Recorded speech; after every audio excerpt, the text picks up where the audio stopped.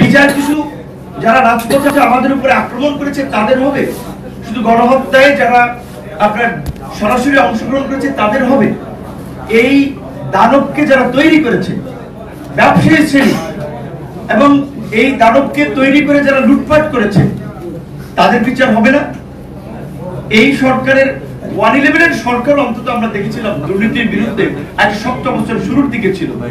এই সরকারের আমলে বলেন যে এই ধরনের কয়টা অভিযান পরিচালিত হয়েছে, কয়টা দেশের চিহ্নিত দুর্নীতিবাজ লুটেরাদেরকে গ্রেফতার করা হয়েছে?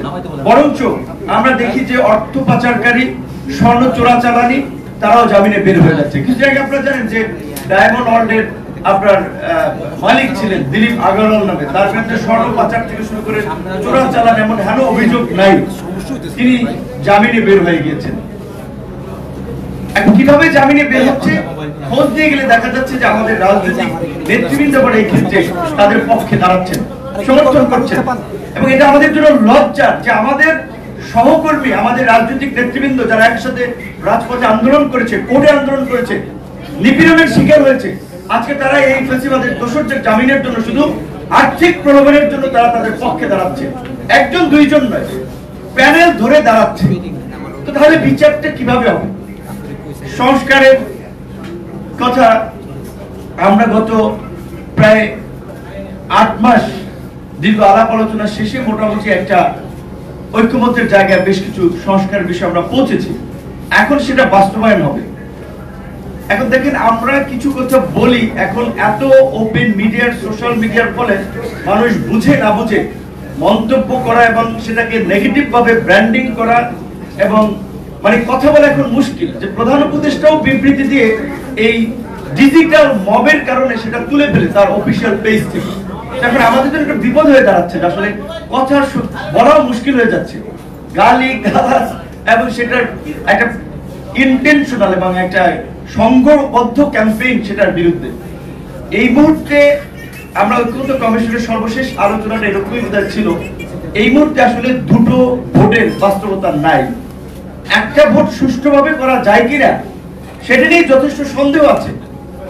আজকে যে আমরা জাতীয় নির্বাচনের কথা বলছি, সেই জাতীয় নির্বাচনে যখন তফসিল ঘোষণা করবে সেই সময় চিত্রটা কি হবে আপনারা যদি একটু চিন্তা করেন। বিএনপির মতো একটা বড় দল, জামাতের মতো বড় দল, আমরা যারা আছি এখন যে অবস্থা দেখতে পাচ্ছি, বিএনপি জামাতের মতো বড় দলগুলো বা মিত্র সংগঠন যারা একসময় ফ্যাসিবাদের বিরুদ্ধে যুগপথভাবে লড়াই করেছে, ঐক্যবদ্ধভাবে লড়াই করেছে, আজকে তারা একজন আরেকজনের বিরুদ্ধে বলতে গিয়ে বিদ্বেষ ছড়াচ্ছে। আমি শুধু বিদ্বেষ না, সেই পুরানো বলা চলে আওয়ামী বয়ানের অনেক কথাবার্তা আমরা প্রতিষ্ঠিত করে দিচ্ছি আমাদের কথাবার্তার মাধ্যমে। তাহলে আমাদের মিত্রদের মধ্যে যদি এই ধরনের একটা বিভাজন এবং বিভেদ থাকে, তাহলে নির্বাচন বানচাল করার জন্য কিংবা ফ্যাসিবাদকে ফিরে আসার জন্য অন্যদের তো লাগবে না। সেই জায়গা থেকে নির্বাচনটা, একটা নির্বাচন আমরা করতে পারি কিনা সুষ্ঠুভাবে, সেটা আমরা ব্যক্তিগতভাবে সন্দেহান। পুলিশ সহ প্রশাসনের আমরা বারবার বলছি যে তাদের মোরালিটি ডাউন হয়ে গেছে। গত 1 বছরে তাদের মোরালিটি বুস্ট আপ করার জন্য কি পদক্ষেপ নিয়েছে? অনেক টকশো সাংবাদিক আলোচকরা বলেছিল যে আপনারা অন্তত পুলিশে 1000-20 সদস্য নিয়োগ দেন, 6 মাসের ট্রেনিং করে তাদেরকে নিউ ফোর্সকে আপনারা মাঠে কাজে লাগান, এসআই পদে কয়েক হাজার নিয়োগ দেন, অন্তত তাদেরকে 8-9 মাস ট্রেনিং দিয়ে তাদেরকে যেন এই সময়ের এই প্রেক্ষাপট মোকাবেলায় ব্যবহার করা যায়। এই পুরো প্রশাসনের সেটআপ তো আগের সেটআপ। এমনকি আপনার এই জনপ্রশাসন থেকে শুরু করে মন্ত্রী পরিষদ বিভাগে যাদেরকে নেওয়া হয়েছে, যাদের প্রশাসনের সাথে সম্পৃক্ততা নাই, 10 থেকে 15 বছর আগে তারা রিটায়ার্ড করেছে। 10-15 বছর একটি হিউজ গ্যাপ। তারা তো তাদের সহকর্মীদের পালসে জানে না, সেন্টিমেন্টই জানে না। জনপ্রশাসন আমরা দেখেছি, ক্যাবিনেট আমরা দেখেছি, এই সমস্ত লোকদেরকে বসানো হয়েছে। তো তারা কিভাবে প্রশাসন সেটআপ করবে বলেন? তাহলে এই যে দুটো নির্বাচন, অনেকে আমাদের সহকর্মী নাইক যেটা বলেছিল, আমরা সংস্কারের একটা মুভ সেটাকে অনেকে ইন্টেনশনালি অন্যদিকে নিয়ে গেছে। যে এখন আমরা বলছি যে মনে করি যে সুষ্ঠুভাবে জাতীয় নির্বাচনটা হোক, তার আগে আসলে আরেকটা গণভোট আয়োজনের প্রেক্ষাপট কি আছে? তাহলে এটা নিয়ে যদি আমরা রাস্তায় নেমে যাই, রাস্তায় আন্দোলন সংগ্রাম শুরু করি। মাহবুব ভাই বলেছিল, প্রকাশক মাহবুব ভাই, যে এই সরকার আমাদের সরকার, তারপরেও তাদের প্রতি আমাদের ক্রিটিসিজম থাকবে, কারণ ডক্টর মোহাম্মদ ইউনূস আমাদের সাথেও যে প্রতারণা করেছে তার জন্য অবশ্যই আমরা তার ওপেন সমালোচনা করি। কারণ আজকে তিনি তিনটা দলকে এস্টাবলিশ করে যাচ্ছেন, এই ক্যাটাগরি করে দিয়ে যাচ্ছেন, আর আমরা বিসি ক্যাটাগরি হয়ে গেছি। মানে এখানে বিএনপি একাধিকবার রাষ্ট্র পরিচালনা করেছে, তাদের পরামর্শ সরকার নিতে পারে যে কোনো সময়, তাদের সাথে বসতে পারে, কিন্তু জামাত এনসিপি কে কোন ক্যাটাগরিতে তারা তিনটা দল হিসেবে এস্টাবলিশ করে এই ক্যাটাগরি করে যাচ্ছে? এদিকে ডক্টর ইউনূস পারেন, বরঞ্চ ডক্টর ইউনূসকে যখন এই একতলা থেকে আটতলা লিফটে শেখ হাসিনা হেঁটে হেঁটে উঠাচ্ছিলেন, আমরা প্রতিবাদ করেছি। আমরা তো সেদিন ইউনূস সাহেবের কাছে কোনো সুযোগ সুবিধার জন্য চাইনি। আন্দোলনে কি জুনায়েদ সাকি আমাদের কন্ট্রিবিউশন কম আছে, আমরা লাঞ্ছিত কম হয়েছি, তাহলে সরকার কেন এই ক্লাসিফিকেশনটা করলো? তাহলে আমাদের সাথে প্রতারণা করেছিল। আমাদের যে বিশ্বাস, শ্রদ্ধা, ভক্তি নিয়ে আমরা তার প্রতি আস্থা রেখেছিলাম, আজকে 1 বছরের শেষ দিকে তিনি কোন দিকে নিয়ে যাচ্ছেন আমরা তো শঙ্কায় আছি। আজকে যদি আবার কোনোভাবে দেশে একটা অন্যরকমের পরিস্থিতি তৈরি হয়, ওই জুলাইয়ে যেমন রিমান্ডে আমাদেরকে ঝুলাইছিল, জুলাবে তো আমাদেরকে। ইউনূস সাহেবদের গায়ে টাচ করবেন না। উপদেষ্টা পরিষদ নাহিদ যেটা বলেছে, তারা সেই এক্সিট ঠিকই পাবেন, 111 পেয়েছিলেন না? তো সেই জায়গা থেকে আমরা এখনো সংকটের মধ্যে আছি। এই সংকট থেকে উত্তরণে আমাদের একটা নির্বাচনের দিকে যেতে হবে। এসএম ভাই এখানে আরো একটা লেখা আছে যে আপনার নির্বাচনে আপনার প্রথম ছিল যে এই সকল অনিশ্চয়তা দূর করতে পারে প্রধান উপদেষ্টার সিদ্ধান্ত। সেটা ছিল বিএনপির ভারপ্রাপ্ত চেয়ারম্যান তারেক রহমানের সাথে লন্ডনের বৈঠকের আগে বোধহয় লেখাটা ছিল। তো এটা ঠিক যে ওই বৈঠকের পরে কিছুটা রাজনৈতিক ভাবে একটা আস্থা বা স্থিতিশীলতা নির্বাচন সম্পর্কে একটা মানুষের একটা পরিষ্কার ধারণা হয়েছিল যে ফেব্রুয়ারিতে বোধহয় ইলেকশনটা হচ্ছে।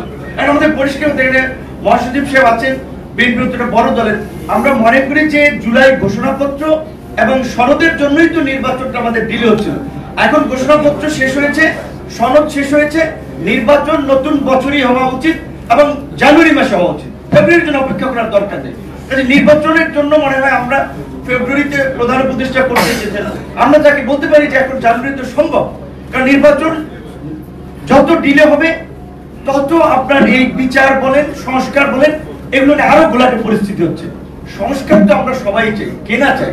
সেক্ষেত্রে আমরা অন্যান্য রাজনৈতিক দলগুলোর প্রতিও আমাদের আবেদন থাকবে যে সংস্কারের এজেন্ডাকে সামনে রেখে আমরা যেন হীন উদ্দেশ্য স্বার্থের জন্য আমরা যেন নতুন করে একটা রাজনৈতিক বিভাজন, একটা সংকটের দিকে দেশকে ঠেলে না দিই।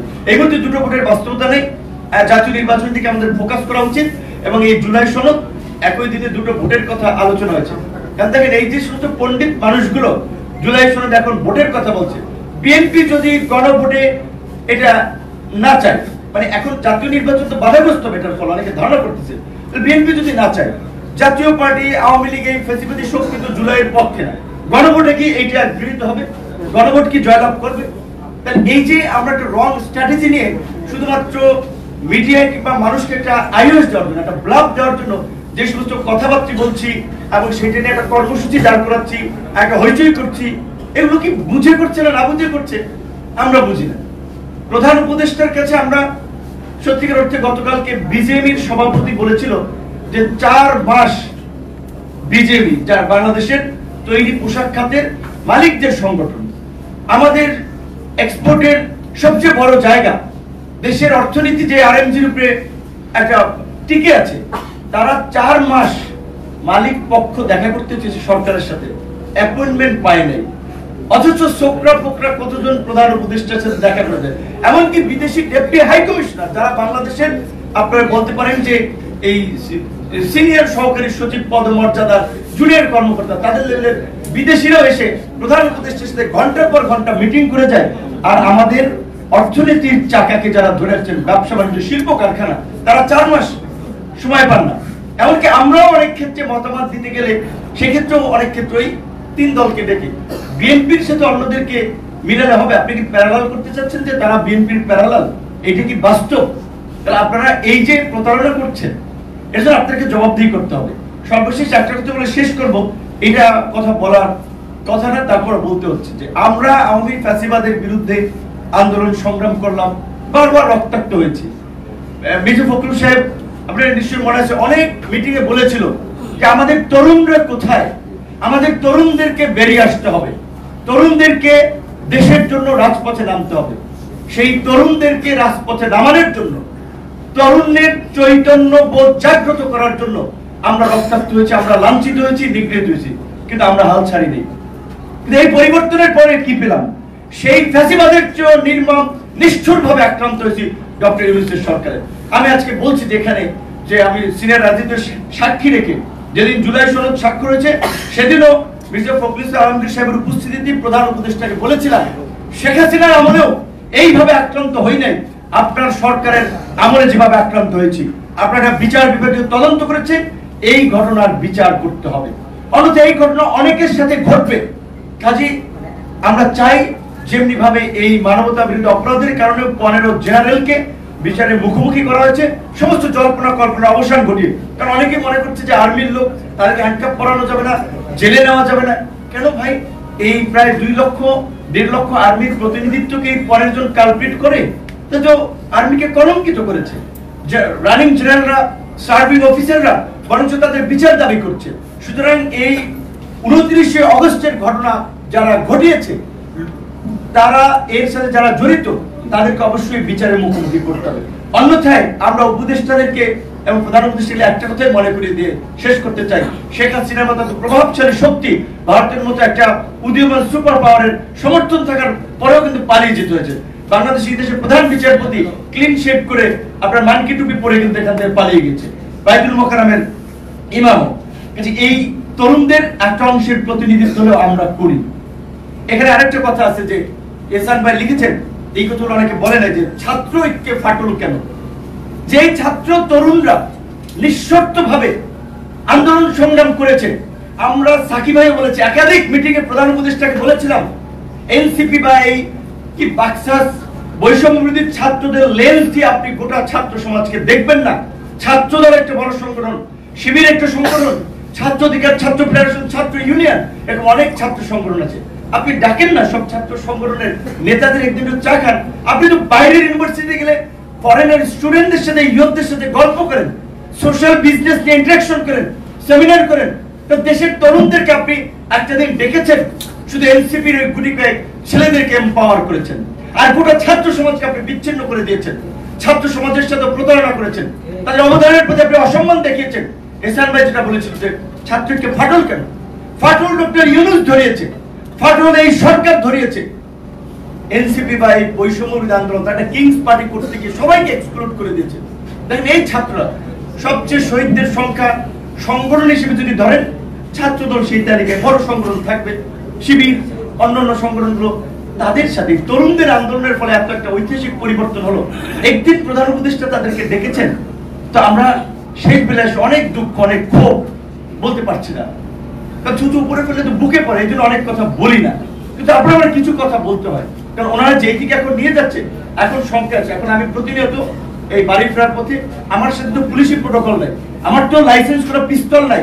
যেভাবে ওই দেখতেছি ট্রেনে বিদেশি পিস্তল আসতেছে, গান পাউডার ঢাকায় ঢুকতেছে, কিংবা বিভিন্ন জায়গায় অগ্নিসংযোগ হচ্ছে, আতঙ্কে থাকি কোন সময় গাড়ির গ্লাসে গুলি করে, কোন সময় কি হয়।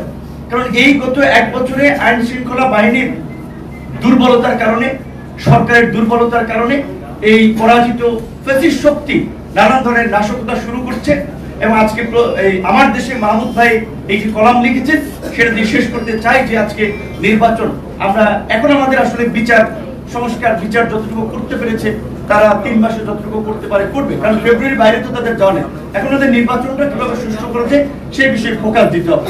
সেক্ষেত্রে এই আইন শৃঙ্খলা বাহিনী দিয়ে নির্বাচন কতটুকু সম্ভব সেটা বোধহয় আমাদের ভাবতে হবে। এইখানে গোপালগঞ্জ, ফরিদপুর, খুলনা এরকম কিছু এলাকা আছে যেগুলো, সরি আমি ওই এলাকার মানুষের প্রতি রেসপেক্ট রেখেই বলছি, আওয়ামী লীগের সন্ত্রাসীরা এরকম কিছু এলাকায় আস্তানা গেড়েছে, যেটা গোপালগঞ্জ এনসিপির নেতৃত্বে আমরা দেখলাম। তো এই সমস্ত এলাকায় নির্বাচন করতে গেলে কি পরিস্থিতি হবে, তার প্রি মেজারমেন্টটা সরকার কি নিয়েছে, সেই জায়গা থেকে আমাদের আবেদন থাকবে সরকার এখনো রাজনৈতিক দলগুলোর সাথে আলাপ আলোচনা করে কিভাবে একটা ফেয়ার নির্বাচন করতে পারে সেই পথে আসবে। এবং ফেব্রুয়ারি নয়, নির্বাচন জানুয়ারিতে দেবে। সরকার তো ফেব্রুয়ারিতে যাচ্ছে ফার্স্ট উইকে, আমরা চাই নতুন বছরের প্রথম মাসে নির্বাচন হোক এবং নির্বাচন কমিশনের সর্বশেষ সিদ্ধান্তকে আমরা ইতিবাচকভাবে দেখি। তারা বলেছেন যে জোট করলেও নিজের মার্কা বা দলের মার্কায় ভোট করবে। ছোট দলগুলো বাংলাদেশে বিকশিত হয় নাই, বা আমরা যে এককেন্দ্রিক রাজনীতির আমরা বিকেন্দ্রীকরণ চাচ্ছিলাম, আমরা যে পাওয়ারের ডিসেন্ট্রালাইজ চাচ্ছিলাম সেটা কিছু নেতৃত্ব বের হয়ে আসার দরকার। সেই জায়গা থেকে এটা একটা ভালো পদ্ধতি হতে পারে যে দলগুলো তার নিজের মার্কা নির্বাচন করবে। 60টা রাজনৈতিক দল নিবন্ধিত, নিজের মার্কা যদি নির্বাচন না করতে পারে তাহলে এই নিবন্ধনের দরকার। সেই জায়গা থেকে আমরা এটাকে অ্যাপ্রিসিয়েট করি।